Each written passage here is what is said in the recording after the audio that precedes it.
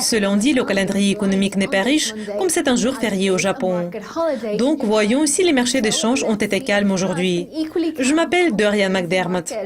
Le mouvement de la journée, c'est une baisse de 0,42% et elle a été enregistrée par la livre sterling qui vit. Le taux a commencé à brusquement chuter après presque 9 heures lors de cette journée des échanges.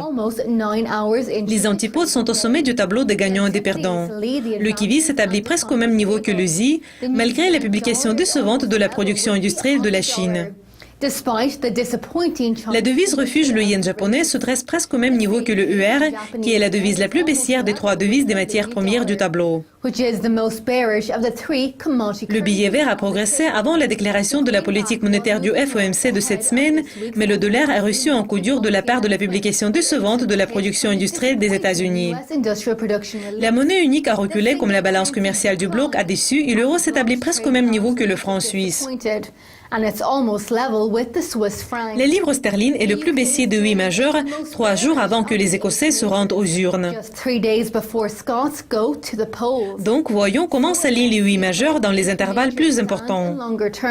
L'euro aussi a gagné le plus au cours de la semaine, ayant progressé de 3,54%. Le 6 $ met le classement baissier, se dressant 3,49% dans le rouge. Le dollar yen met le classement haussier ayant bondi de 4,55%. Le kiwi dollar montre le plus grand glissement ayant chuté de 3,34%. C'est tout pour le moment.